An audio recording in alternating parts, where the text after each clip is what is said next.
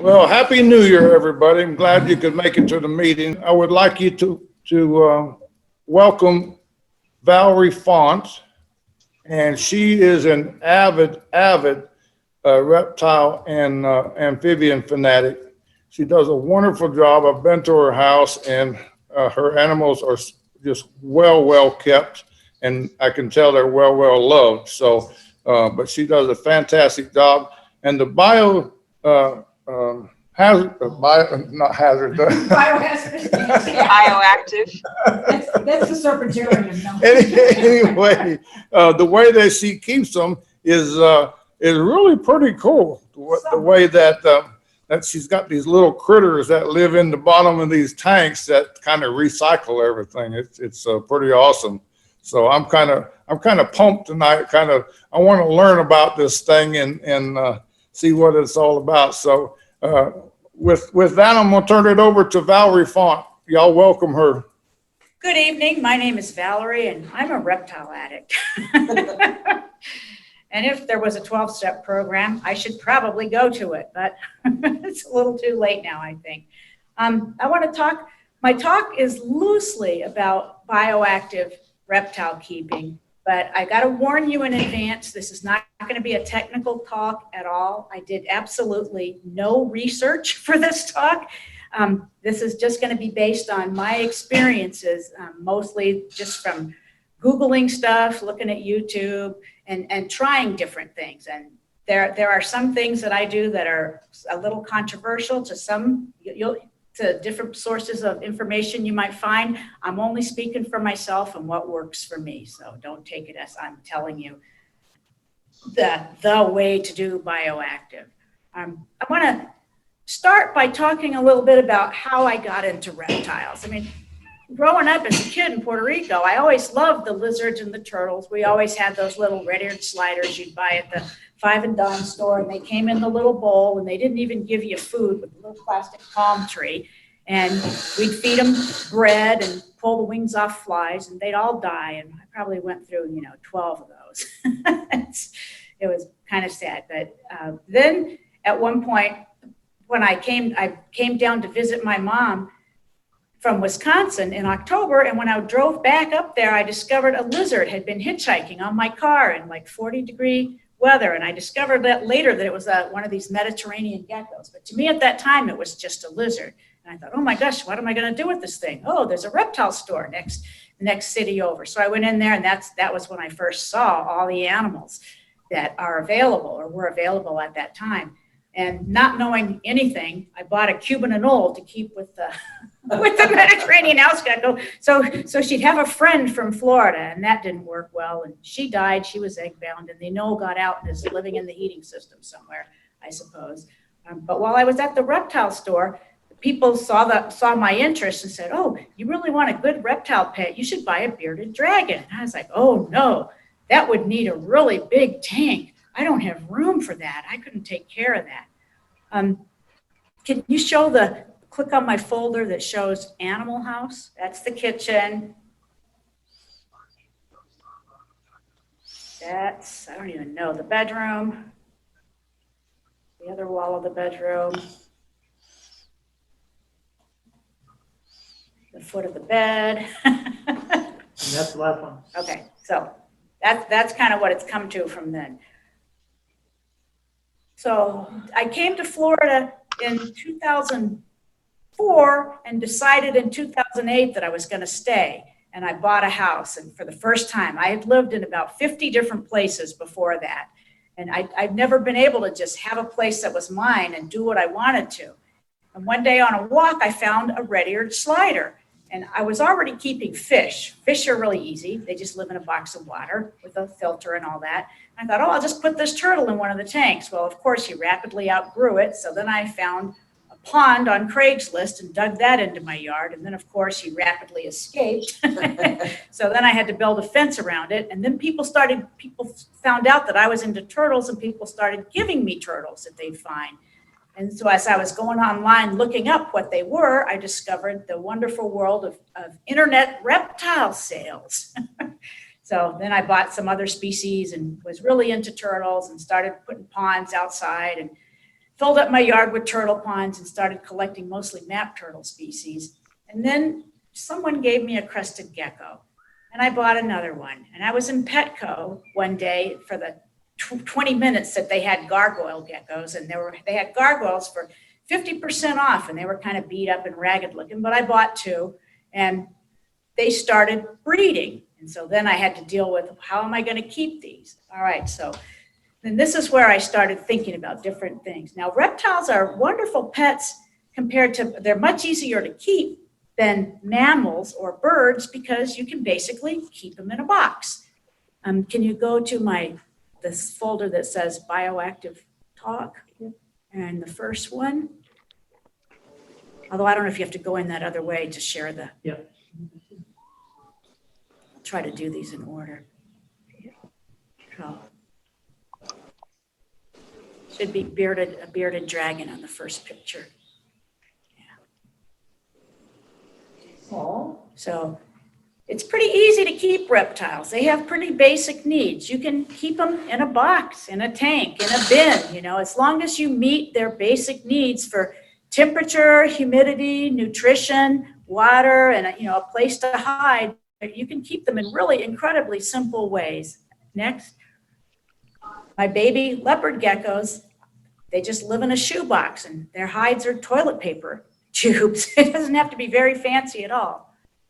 Next, I can't remember what that is. Oh yeah, it's my skinks. I just keep in long tanks with a layer of mulch. A lot of people just keep skinks in rack systems. There's a lot of breeders who their animals don't even see light. They just keep them in plastic bins in sliding rack systems, and the animals can live that way for years as long as you meet their basic requirements. So then this is the next step up after that is to make an enclosure that is more naturalistic, which could either be by putting down dirt or sand for the animal if it's a desert dwelling animal, or something as simple as putting a plant in a cage. These are screen cages. All my screen cages have usually snake plant or golden pothos or this other plant. I don't know what this is. Well, I'll pull it out later and show you. But they're things that you can get for free that survive under almost any kind of conditions and neglect you give them, and that make the animals feel just a little better and make me feel just a little better as a keeper. Okay, so next. Yeah, that's another guy with just his ledge and his Sansevieria in the cage. That's a giant day gecko. And next. And this is a cage that just has sand. It's a mixture of sand and cocoa fiber. This is for a burrowing animal, a Tibetan frog-eyed gecko, and we'll see more about her later. But this is before bioactive. I just read that they really like to burrow, and to give them some structure that, some sand that will hold structure, and she has turned it into this whole series of caves. But it's just got plastic plants. Next. Then once I discovered, and the reptile world discovered, the newer front opening cages, that opens up a whole different possibility for keeping, because with the doors being high up, you can have a whole indoor garden there. And this is, I think, where I think the bioactive keeping really started once we started having these front opening tanks. And so I think these are just a few. I think I have let me see the next one. I think these are just a few examples of just the kind of things you can do with bioactive in these front opening tanks. Next. Next. What is that? Oh, that's a gold dust gecko. Yeah, that slides out of order. Next. Oh, these are all kind of out of order. Next. Okay, so you can sort of see it here. In order to grow plants well in a tank, you have to have a substrate layer with drainage, especially for tropical plants. And now, anytime you if you buy any Zoom Ed or probably Zilla 2 or Exoterra front opening tanks, they'll give you the instructions right on the back of the box how to set up the layers. You need a drainage layer, some kind of layer to keep the substrate from falling into the drainage layer, then your actual substrate that's suited to whatever animal and plant species that you're trying to grow in there, and then a covering layer. So I thought I had some screens here that show different ones. This is a tropical cage. Next, let me see if we get to the layers. Okay, so there's the classic. That's kind of the classic layer, using those little brown extruded clay biopellets.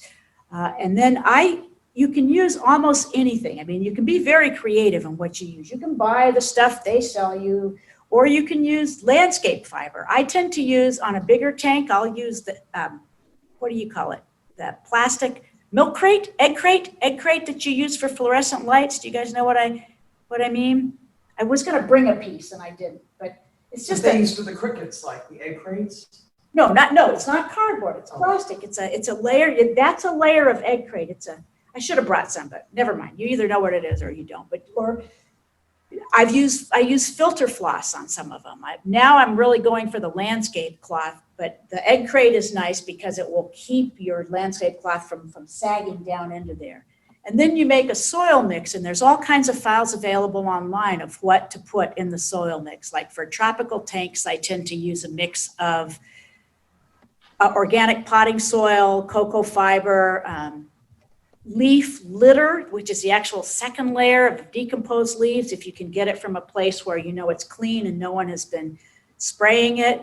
And then the top layer is your leaves.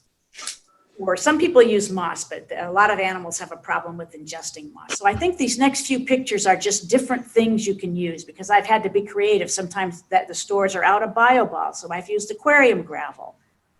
That one's the bigger bio balls and more dirt. And the filter is like filtering material. This one you can't see. This one I actually use charcoal. I use the natural charcoal. You can break it up and put that in the bottom, and actually springtails love that. And it supports plant growth really well. And it's much lighter. If you want to carry the tank around, it's much lighter. And then that one is more aquarium gravel. You can see the colors down there. Just whatever you have around, as long as you have something for the drainage layer, something to keep the soil from going in it, and then the soil, and then whatever goes on top, and then whatever plants. It can be really simple or really complicated. There's a lot of people who do wonderful things with bioactive. They build beautiful, well, with the natural tanks, they build beautiful backgrounds. I think I might see if I have a couple of pictures of nice tanks. Oh no, that's another one, a massive tank that's just with the pea gravel from Home Depot. This is a big tank and I'll never move it. And you can see the egg crate. See how it's plastic? It's like a tic-tac-toe board. It's like a plastic tic-tac-toe board. And this is such a big tank and it has such a heavy layer of soil. Then I have just filter floss above the egg crate to keep the soil from falling in, and then a bunch of soil. That tank will never move because it's very heavy, but and that's just some morning geckos. Keep going. I don't know why that one's in there. More morning geckos. Morning geckos are really cool because they don't eat their babies, or at least mine don't. This is a tank I got from someone. This is a beautiful tank. It's got they built the background and the sides, and there's mosses on there. And it's just really fine, but I just never have time. I'm just throwing things together because I have animals I need to house. And I go pull some plants out of the yard, find some wood laying around, throw in whatever I've got for substrate. I always tend to have the bags of the leaves around. Next. That's more pictures of that tank. I don't know what that is. Oh, that's another tank I got see the bulge on the right side. Someone actually built a pot in the background, so then you can put the plant right in there, and that's built a little series of steps, and then there's a window where you can look out the back and light can come in. I mean, these are beautiful artistic tanks, but I just don't have time for that. Next. It's just another picture. Okay, but what really makes it bioactive is the creatures that you add, okay? The whole principle of bioactive, that people call it the cleanup crew. And they decompose, they eat a certain amount of waste. It depends on what you have in there. Most of the time when people are talking about setting up a bioactive tank, what they're thinking of putting in there is isopods, which is those little buggy things that you see there, which are not actually bugs, they're land crustaceans, but that's just a whole other story. But anyway, or springtail and springtails. Springtails are so tiny you can't see them. But you can buy them. You can buy them online. You can buy them at reptile stores, or you can go outside in your yard if you have a yard that you don't spray and dig them up, which is much cheaper and more easily available. And that tends to be what I do. Now, isopods in themselves, I mean, they're a hobby in themselves anymore. Isopods, they're from all over the world. There's all different sizes. Some of them are like works of art. I know people that spend $20 per isopod to get certain ones. Now, I made the mistake of putting some nice zebra isopods in a tank, and the geckos ate them, because another thing about isopods is they provide a tasty, nutritious snack and an outlet for hunting. So I tend to use ones I get in my yard. And they decompose. They eat decomposing leaves. They eat the waste, the isopods and the springtails. And I use other things also, earthworms. I put earthworms in there to keep the soil healthy. You want to kind of set up, it's like a little micro ecosystem going in your tank as much as you can get. Next, I'm not real sure what's on the next one. Oh, so this is my cultures of the only culture I haven't killed yet of designer isopods that won't go in. They're not designer isopods, but this is a species called clown isopods. They're a little bit expensive and they're very pretty, and I wouldn't really want them to be eaten. I don't have enough of them, but I just wanted to show some of the different ones. And there's probably a few more pictures of clowns, so just click through them. They're pretty. All right, then another thing you can use, and this is where not everybody, when you read about bioactive, typically you're going to read about isopods and springtails. I like to use roaches. In particular, I like to use Suriname burrowing roaches. They don't get too big. They love to eat poop. And while they can climb glass, if you give them a place to go down, they'd rather go down than up. And as far as being nutritious snacks, they're one of the most nutritious items that there is. And they give the animals an outlet, something to hunt. So anything that is the size where they could take on. I raise a lot of day gecko species, and these are great in day gecko tanks. They do not seem to eat eggs. I'm really surprised. I had an overgrowth of them actually in a crested gecko tank where I had taken the pair out, which I thought was two males. And it turned out that there were eggs in there. And I mean, the tank was literally crawling. When you looked in at the substrate was just crawling, and two babies hatched. Two babies appeared in the tank. And I had no idea there was even eggs in there. So apparently, even with that many roaches, they don't bother the eggs. So yeah, next. Oh, and this is just a cute picture. I have some Rankin's dragons. These are just babies. They're a subspecies of bearded dragons. They brumate. In their first year of life, they brumate. They go underground. They bury themselves underground and just don't come out. I dig them up because they're so small. I dig them up every week or two and soak them just to be sure they're okay. But they're also in a bioactive tank with roaches, and the roaches don't seem to bother them. So I just thought that when I find them under a rock, it's just so cute. So, all right, next. Doing bioactive on arid tanks is a little different. You don't need a drainage layer. This is a tank that I keep leopard geckos in. And again, there's plenty of places online where you can get the information on the different soil mixtures. I pretty much followed there's a Facebook group called the Bioactive Leopard Gecko. And in their files, they have a lot of stuff about just different soil mixtures. So there's 3 layers of different kinds of soil in here. I don't know if you can really see it. The bottom, the table is green, and then the tank's just sitting there. And then the bottom is, the real dark, right, even underneath that's pretty much a soil mixture and cocoa fiber like you'd use in a tropical tank. Just a thin layer at the bottom because you want to have moisture and you want to have a place where your bugs can go down and have water and have something to eat and be cool if the tank gets real hot. The second layer is a mix of sand, mostly sand, tiny bit of soil, tiny bit of potting soil, not cocoa fiber, tiny bit of potting soil, and stuff like excavator clay. Excavator clay is expensive. And you can make something that's very similar from just using cheap, plain, you got to be sure it's nothing but clay, cat litter. You can buy a huge bag at Winn-Dixie, and I buy a blender for $10 at Walmart that's dedicated only for grinding up cat litter, and you can make your own clay substrate, which I'll mix with a little bit of the excavator clay just because it's red, it's pretty. But that makes the sand hold its shape more for burrowing, because a lot of these creatures will dig burrows and you don't want the place to collapse on them. And then the top layer is more excavator clay. And the reason you want that is you want it to form a crust so the animals aren't ingesting sand. Once you spray that, it'll form a crust it's thin enough that they can dig through it if they really want to, but it's solid enough that it's not like walking on a sandy beach all day. And then the plants, you have to be sure any plants you put in. I learned this the hard way after killing a bunch of them. You've got to leave them in a pot or dig a place where you have really good soil for them. Even succulents, they won't live in that dry of a sand. So next. That's just more views of that tank. And that's another bioactive.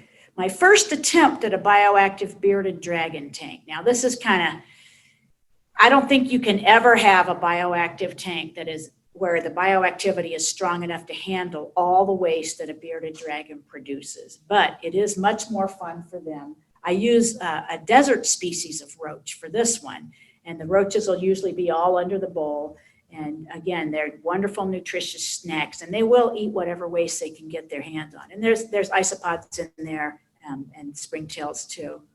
Okay, and I started with, there's some babies in this tank, younger bearded dragons. My older ones are still just in tanks. Okay, next.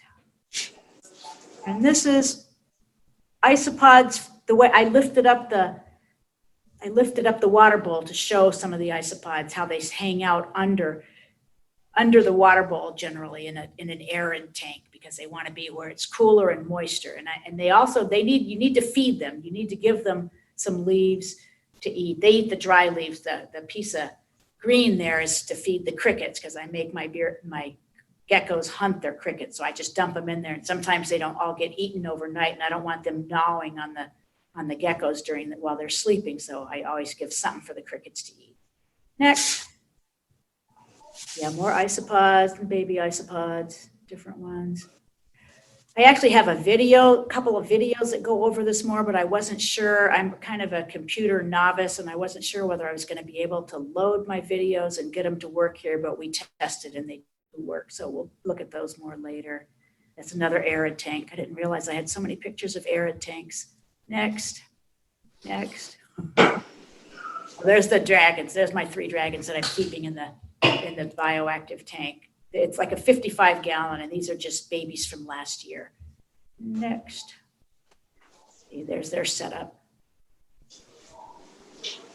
What's that? Oh, and this is a real simple. This is just a 10-gallon tank with the substrate that I keep the leopard geckos in. This is a smaller tank. Each tank only has a pair, and they breed in there. They do fine in there, but of course, they all poop in one corner of the tank, and I have to take it out. There's no way the bioactivity is going to handle that. The way that when you read about doing bioactive tanks the right way, which is not necessarily the way I do it, is set up the tank and leave it alone for a month to let the isopods and all the species get really established and really take over before you put your animals in. That's really the best way to do it if you can do that. I'm always trying to catch up with who needs a new tank. And so I just do the best I can and throw stuff in. Next. That's another one of those, I have 3 of these little tanks where it's just a 10-gallon with the sand and the soil and the substrate and the water bowl, which looks empty, and he's just sleeping in it. Next. A bioactive enclosure can also be, you can use a bioactive enclosure and not even have plants in it, which was a novel thing for me to discover, because the benefits of the bioactivity in terms of not having to change substrate all the time that was one of the main things that I first wanted, because when I had, 20 different tanks and you had to take the babies out in order to change the paper towel every day, it was breaking my back. I use a lot of 10 gallons because you can get them at Petco on their $1 a gallon sale regularly. It's just the cheapest thing to use. And it was killing me just having to take everything out. Whereas if you just put a layer of bioactive substrate in there, you can just have the substrate with plastic plants, and it'll take care of a lot of the waste. This is one of the boxes that I raise frogs that I've bred that I'm growing out. These are my frog grow out boxes. I vent the sides, and sometimes I put, that does have one plant in it. I'll show you the plant when we get back to me. I don't know what the plant is. I would love it if someone could tell me what it is, but it grows everywhere and it survives all kinds of abuse. It doesn't need to be rooted to the soil. It gives them something to climb on if they're that kind. So it can be really simple. Next. Oh, and I just opened the frog box just to show you the frogs because they're cute. What's that?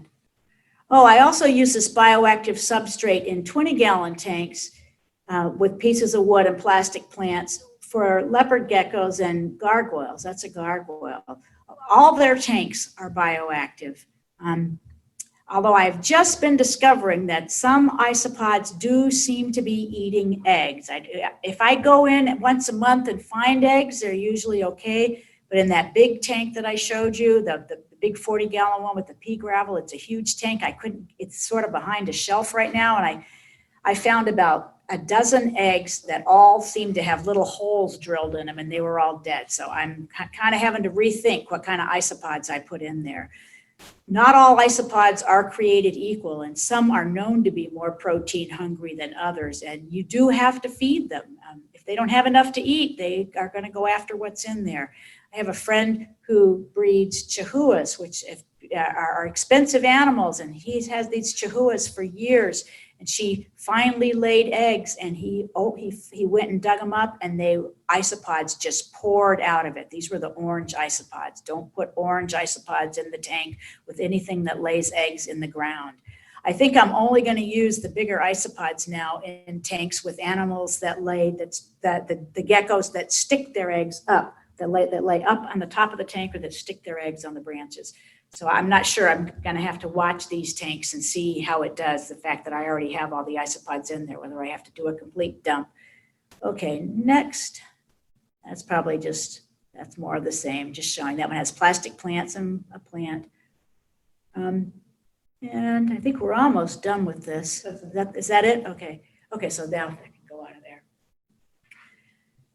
So there's some controversy about what you should do with what you put in a bioactive tank. There's some people who say, oh, you should not put a piece of wood in there without boiling it and baking it in the oven on 200 degrees for an hour and being sure everything is sterile. When I first started, I would take my leaves and when I'd go get leaf litter from the woods. I use a lot of leaves, a lot of, what are they called? Magnolia leaves are really good, oak leaf litter, and sea grape leaves. I use them in a lot of my tanks and in my frog tanks to keep the water brown, to keep the tannic acid where it should be. And for a while, I was boiling them and baking that. And then on one of the bioactive groups I was reading, well, that kind of defeats some of the purpose of bioactivity. If your animals are so fragile that you really are so scared you're going to introduce something that might hurt them, then maybe be like that. But it might be a little unnecessary, all this excessive sterilization that we're doing. So I've become much more lax. There are people who say that that's crazy, that it could be dangerous. If I get driftwood out of a river because I don't know where it's been, I'll let it sit in the summer. I'll let it sit in the sun for a couple of months and bake out. But I usually don't scrub things and soak them in bleach and put them in the oven anymore. I let them dry out really well, wash them off, and then stuff just goes in the tank. And a lot of times with a lot of the geckos, especially the New Caledonians, if I find a nice oak branch that has lichens growing on it that's half rotted, the isopods like to eat rotted wood. They want it rotted to a certain point. I'll put that right in there. I don't even wash it. And so far it seems to be fine. So there's other kinds of things you could put in the tank as microfauna besides the things I've mentioned. Other things that are good for cleanup crew are superworms and mealworms, and they will go down and morph and have become their beetle form and breed and just establish themselves. And the superworm beetles especially are good cleaners. I mean, I actually had pictures of one eating poop from a leopard gecko tank, but I thought maybe that won't be attractive in the video. But and another thing is if you put superworms in, they'll just morph out. You know, breeding superworms, if you want to breed your own superworms, it's kind of intensive. You have to put them in little separate containers with a hole in them and get them at just the right size so they don't dry out, and leave them alone until they morph. And whenever I do it that way, I lose half of them. But if I just throw superworms in a gecko tank, sooner or later the beetles just come marching out. And then if I need to breed them again, I'll pull out my beetles and put them in a beetle bin and actually breed them and grow superworms. But superworms are also good because most animals won't eat them. I put them in the leopard gecko tanks and the, what's that other thing I have? I can't even remember the collared lizards. They're broodmating right now. I haven't seen them for a month or 2 months, so I forget that they're there. But they can live in an arid tank and the animals won't really eat them. I guess they have a bad taste. Bearded dragons will occasionally eat them because bearded dragons will eat anything. But I've read online about people complaining about having too many mealworms in the tank, having their tanks be crawling with mealworms. But I suppose that's more of a problem if you are only keeping one animal per tank, which again is another rule that a lot of reptile keepers keep. They say, you know, don't cohabit. A lot of the Facebook groups I'm in, they say you can't post pictures that show more than one thing in one tank, or, you know, don't ever have two bearded dragons together. And the worst rule of all is never keep two different species in the same tank. And I do all of those things. So, you know, and it works for me. I'm pretty careful. I watch what's happening.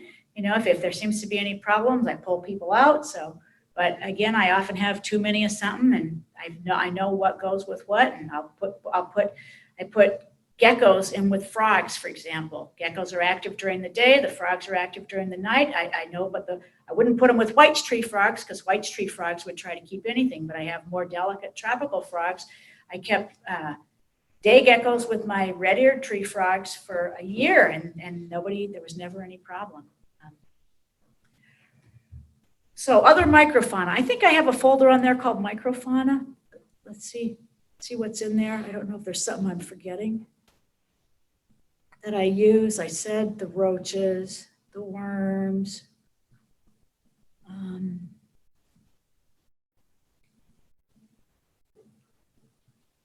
Let's see what.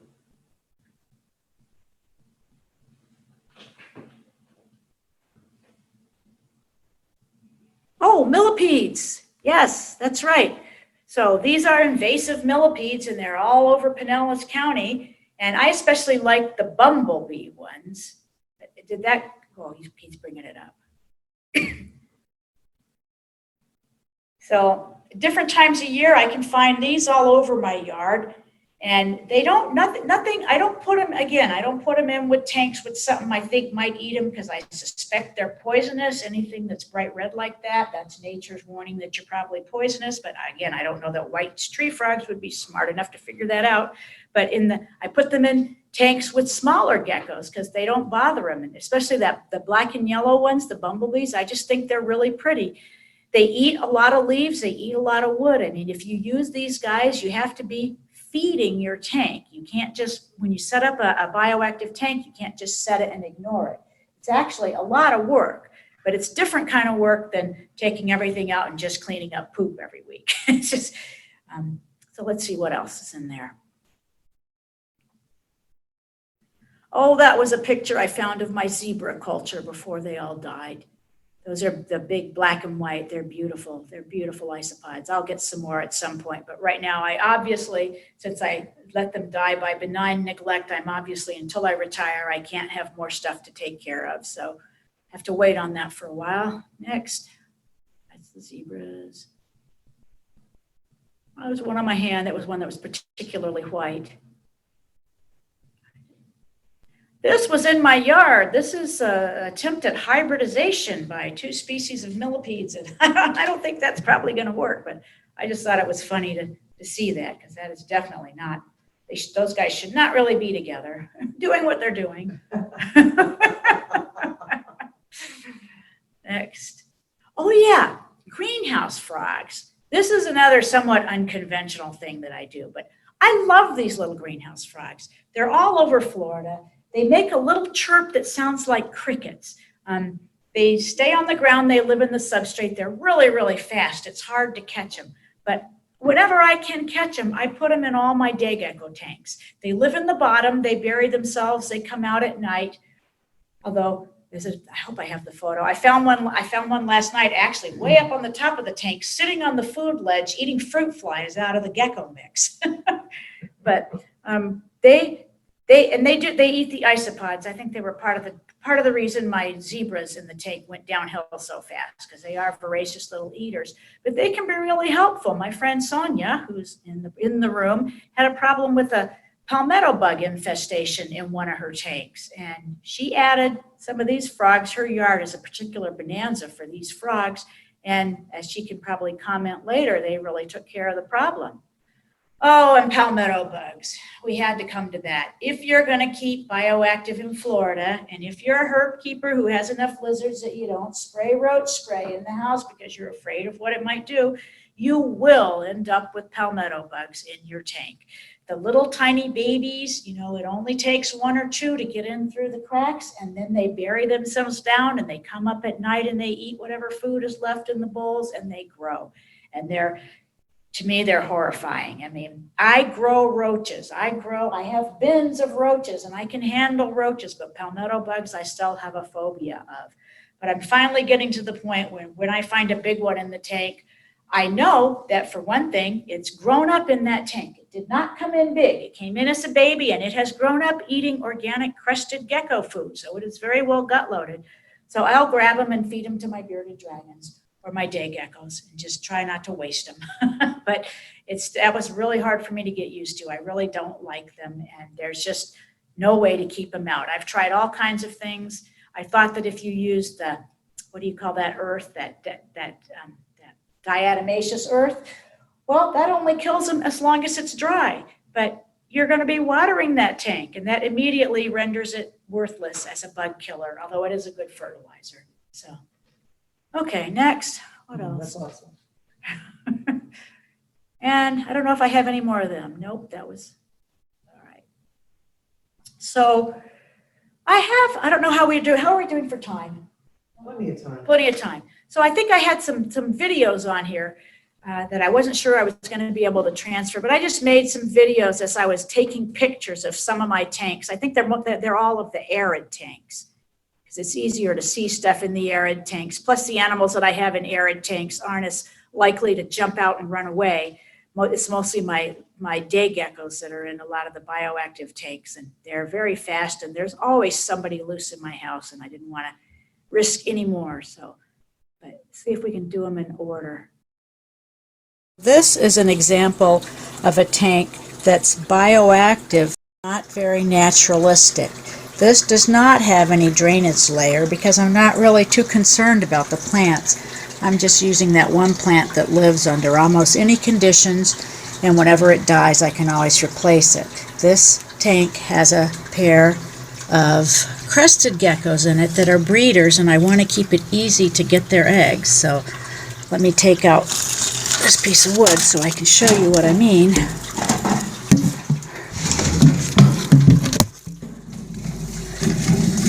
So here's one of the geckos hiding in the plant. That's the male, part of the male.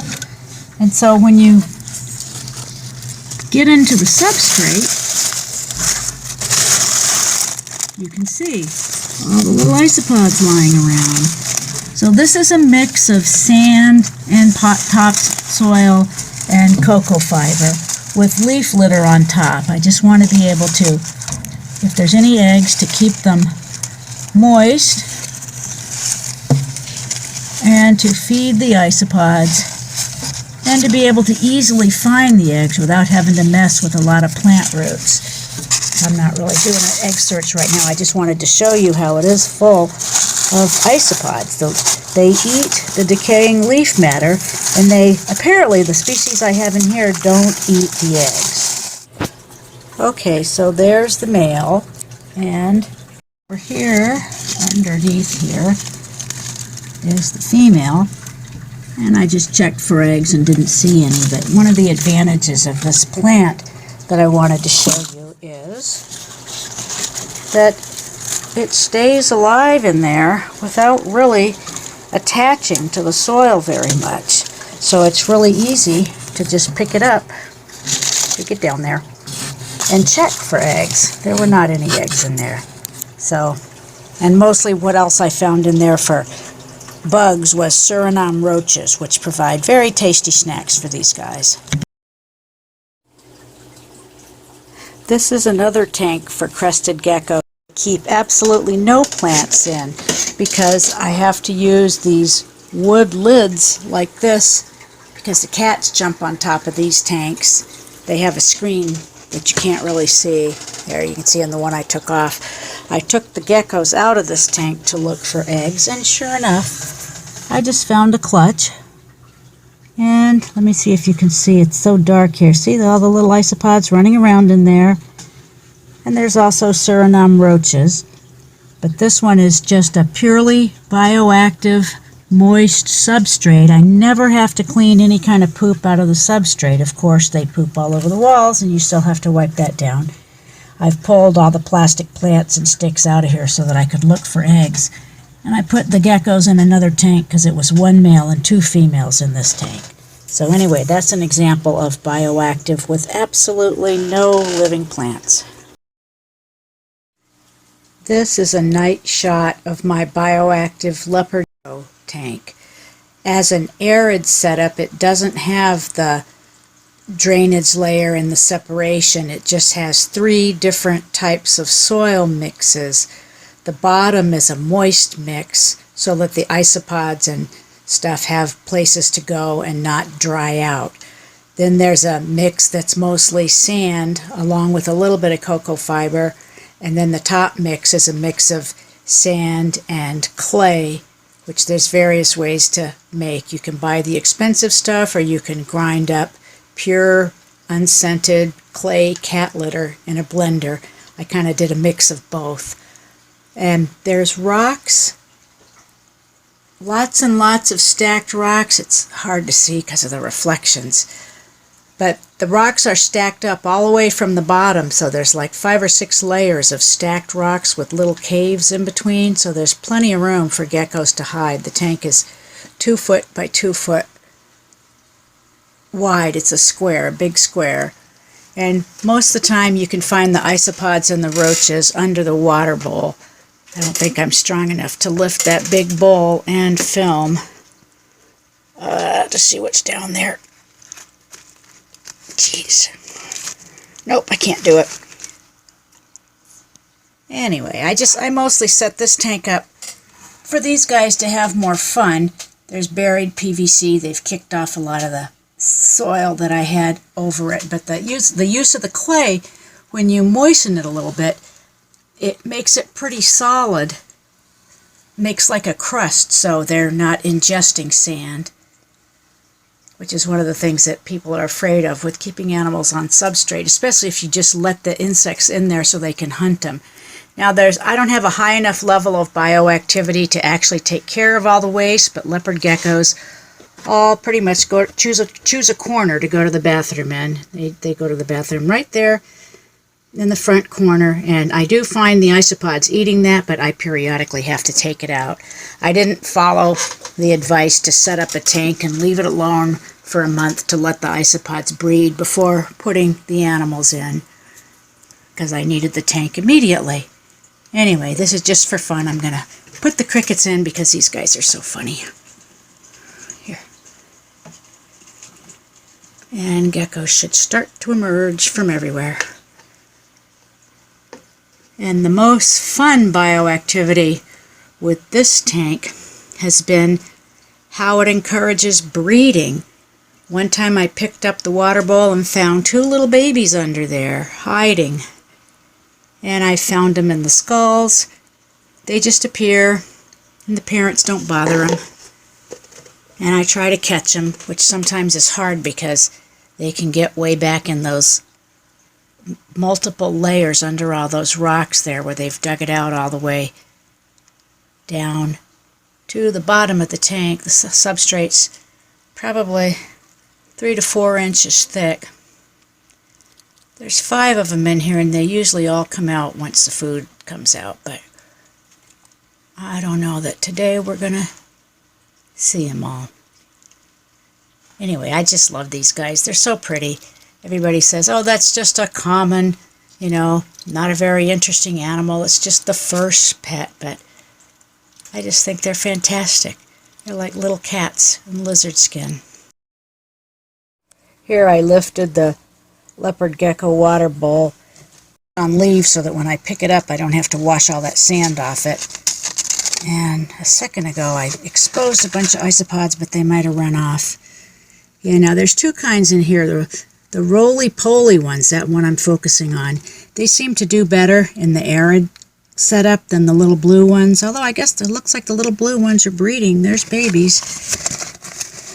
I haven't actually seen the leopard geckos try to eat them. They catch the roaches. I use the arid Turkish roaches in here, but they don't last long.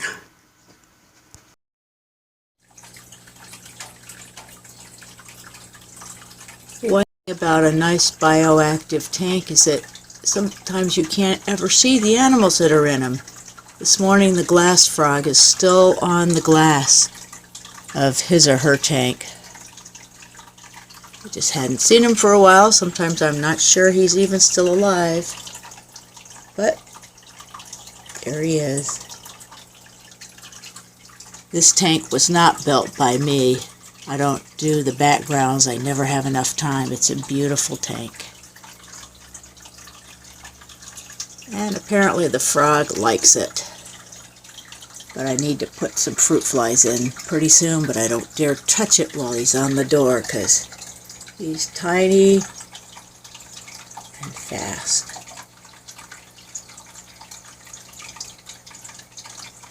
Looks almost like we're looking at him from the top, but that's his transparent little self.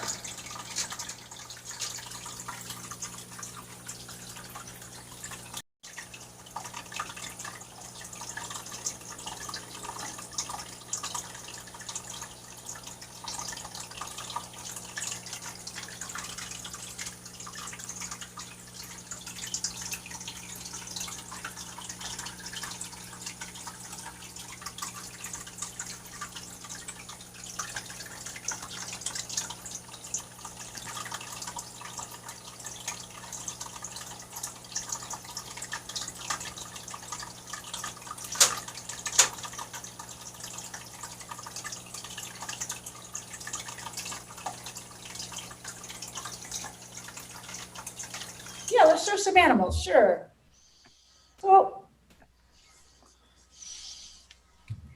So I brought in most of the tanks. The bioactive tanks are heavy. I wanted to bring some in and show them, but most of them are just way too heavy. But I wanted to show, this is one of the simplest bioactive setups you can do. Now I wish I could just walk straight through the table to carry that to the camera. This is bioactivity in a jar. This a big jar of like the kind of stuff you get popcorn in at the Big Lots or whatever. And I set it up. There is a layer of gravel on the bottom. There's a little bit of, I use landscape fiber, dirt, a plant that grows in my yard that's well established in there, a piece of wood. And there's 2 baby crested geckos in here right now. I usually use these for baby day geckos. I don't know if you can see the little baby on the side there. But it stays humid.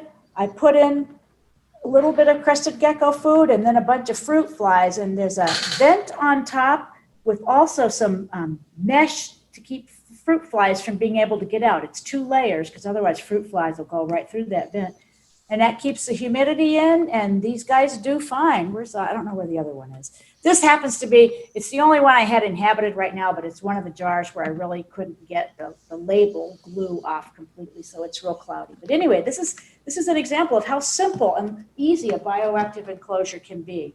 And then this is another really simple one. This one I use for emerald tree skinks because they can't climb up the glass. This again, there's a layer of bioballs, a layer of something to keep I can't even remember what my divider is on that one, a layer of soil and a layer of leaves. And the lovely thing about this tank is it's a top opening tank, and these little guys cannot climb glass. So I'm breeding a lot of emerald tree skinks. I don't know if you can see them. Can you see what they're seeing? Can you guys see the little skink? He's like, Come here, Lisa. Here, emerald tree skink, a wonderful lizard. They don't hide, they don't bite. They're beautiful cute color. as heck. You can keep them in groups. I have some pictures. Oh, I have critter pictures. I forgot. That's the hidden drive, though. Can you look for hidden drives? I can I try. hid it, but it's there. I can see it. Well, anyway, so that's again another real simple bioactive. They tend to eat all the isopods because these guys burrow. I put them in a big tank once, and they actually pulled the cloth divider aside, and they went down. They dove down into the bio balls and just lived submerged under that for a week before I got them out. I thought they were dead for sure, but they came back out. But so I try to use a hard divider below the cloth to keep them from being able to get under there. But this tank's so small, they can't really hurt themselves. So you already saw the Mexican waxies. I brought them because I wasn't sure if we could find the hidden file. This is just another big tree frog species for people that like big frogs. Let's see. I had one out earlier and he didn't go jumping away. They're in a big bioactive tank. All right, can you guys see him? They have incredible, insane eyes. Let me see if I can get it up close. I don't know if it's going to focus on his face, but the eyes are just kaleidoscopic. I don't think it's going to focus right. And they change colors. They're blue and green during the day when they're warm, and then at night when they get ready to hunt, they turn black. And they were black earlier, so I'm glad they warmed up a little. There's a couple in there. I just like big tree frogs, so. And I had a chance to buy a group of these. I did. And then everything else I brought tonight. That's not right. What am I doing? There. Everything else I brought tonight is just New Caledonians. I just brought a few New Caledonians. So, this tank. So this is the plant. My son brought some of this home from a landscaping job once. There's only one gecko in here, and he's good, so I'm not too worried about him. But this plant, if anyone knows what it is, it grows almost like a bromeliad, but it'll send out stalks like a spider plant and then start new ones. And it just goes on and on and on.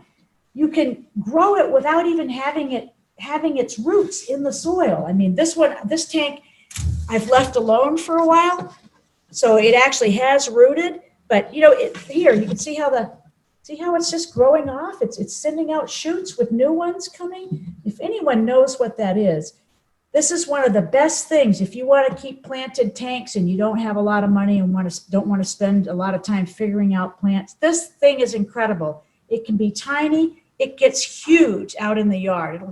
I usually have to pull it out and put in another small one. But you can forget to water it. It can be even in the dark for quite a while before it starts to die. It's kind of amazing. Okay, so there's one little, everybody's seen a crested gecko before, but I have one that is quite handleable. My red male. There you go, dude. Here, say hi. Let's So he's kind of near the bottom of the food chain in New Caledonia.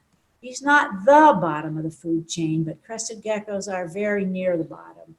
Probably the next step up would be the gargoyles, but I didn't bring any of them just because their tanks were too heavy. This one is just, for some reason, he's not jumpy. He doesn't mind being handled. He's a good guy. I've actually had him at shows and just keep him out, you know. Usually a crested gecko, I wouldn't dare take out of the show because they'll jump and run away, but he's a good boy, my big red. Okay, so back in the tank for you. So then next on the food chain would be like gargoyles, and then we have Chihuahua. I have a Chihuahua here somewhere. Here.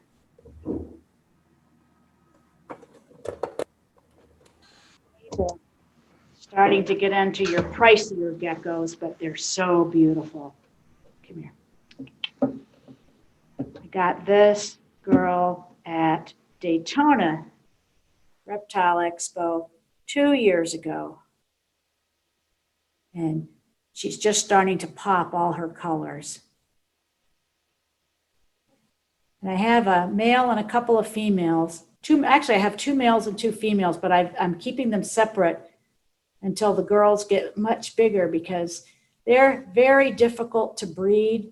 They tend to calcium crash. Their eggs are real hard. That sometimes it's hard for them to pass their own eggs. My friend that I was talking about who had the gecko that hadn't laid eggs for years, and then when she finally did, the isopods got him. She laid a few more eggs and then she died, you know. And she was at least 10, he'd had her for probably 10 years. So, and then I had bought 2 from a breeder that ended up from a local breeder, little tiny babies that grew up and ended up being female. And I wasn't, you know, I'm not going to try to breed these girls for probably another couple years, but just because you're not breeding them doesn't mean they won't lay eggs. She laid a clutch of duds, one of them, and then she just died 2 days later. You know, and you can't make them not lay duds. It's just like, so, but these guys they're really cool because of how they walk. They kind of creep. See that? Look at that. I love that creepy motion. They move. Well, that's just half my face. That's silly. Just creep along. They're not jumpy like the crusties, although they can be if you scare them, but they're very cool. And they all eat the same thing. They all eat the crested gecko diet and fruit. They like, you know, fresh mango, fresh strawberries. Crickets, the crested geckos love crickets. The gargoyles will still eat crickets. The Chihuahua ate crickets when they were younger, but lately I've noticed I put crickets in the cage and they're still there. I think they're just not big enough to be interesting to these guys. I just love the colors.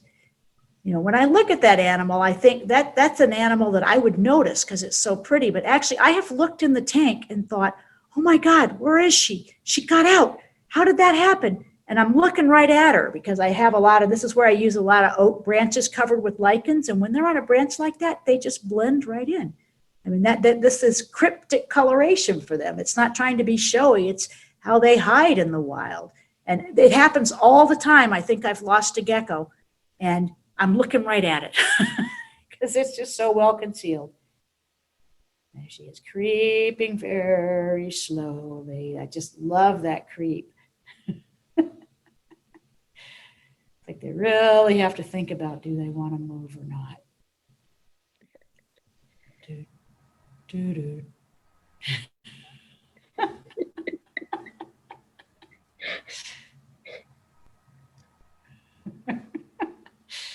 Okay, would you like to go back in your box? Are you going to run up my arm?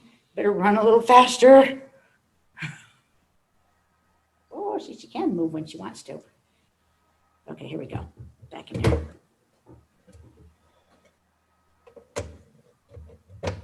All right, and then finally, the lychee, who's been sitting on Doreen's chest for this whole meeting because Doreen is nice and warm. This is pretty much the top of the food chain in New Caledonia. The Leachianus, this is a young one. This one is they're known, there's different subspecies on the different islands. So this is a new Uami. a female, and she's probably about half grown. And Leachianus are known for being, they can be very aggressive. They can be very angry. They can get really cage aggressive. I would probably never have bought one that was this big, except the woman I bought her from said she's used to being handled. She was being handled, for hours a day. And Doreen, I mean, she's just been sitting on Doreen's chest as good as can be for the whole time of the meeting, and even before, because we were here, at 5 o'clock, making sure that things were going to work, or though we thought they were going to work. So these are very cool animals. And the other thing is they talk, which the first time I heard it, I about threw the leechie across the room. I was so shocked, but they can go. That's a sign that they're upset. They whistle, they squeak. She was squeaking a lot earlier. Doreen thought it was Dennis's chair squeaking, but it was actually squeaky here. But she's so relaxed now. I think they only make noise when they're agitated. But that's just a cool animal. And most of what I raise, is little stuff, tiny stuff. So it's kind of cool to have a few bigger things.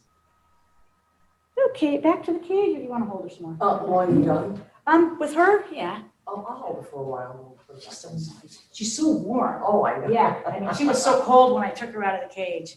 And then I brought in a couple of tiny New Caledonians. This is something that a lot of people, I had never seen them before or even hardly heard of them. This is, again, they're in a tank with the bioactive substrate, but no plants, just a plastic plant I got from the Herp Club table at Repticon one year from Doreen. How do you open this tank? Which way does it swing?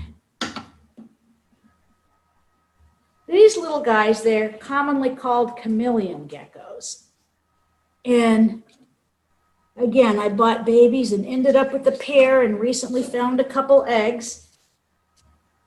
So hopefully I'll have more babies. They're so hiding. Come here, babies.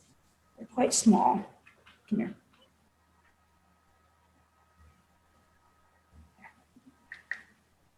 Don't jump. Come here. Now, see, they can move fast when they want to.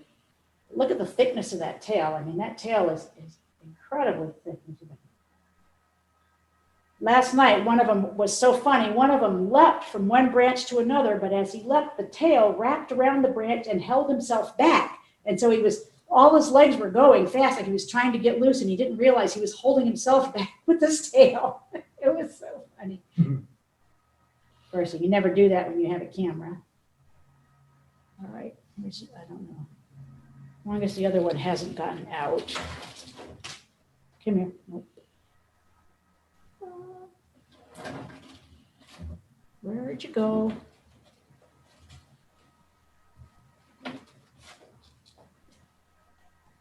I don't see it, but I know it's in there, so that's good enough. Here, there you go. All right, so I think that's pretty much it. That's what I brought. That's what I have. If anybody has any questions. I do. How do you know if you have a healthy population of your micro fauna? I put some isopods and some springtails into my bioactive enclosure. And before long, I didn't even see them. I didn't see them anywhere. And I wondered, are they all dead, or how should I be able to see them when I, dig around a little bit?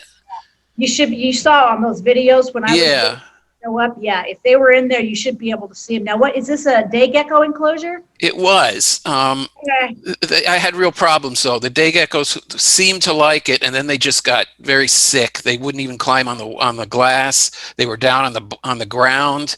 I had to feed them on the ground because they couldn't even climb up the glass. I put them in just a simple enclosure with branches and paper towels, and within an hour they were on the glass. So I don't know what was wrong with that, but I'm not putting them back in there because I don't know what's wrong with the enclosure. So there's nothing in there now. So that was Grandis? Was that Grandis? Yes. Mm-hmm. Okay.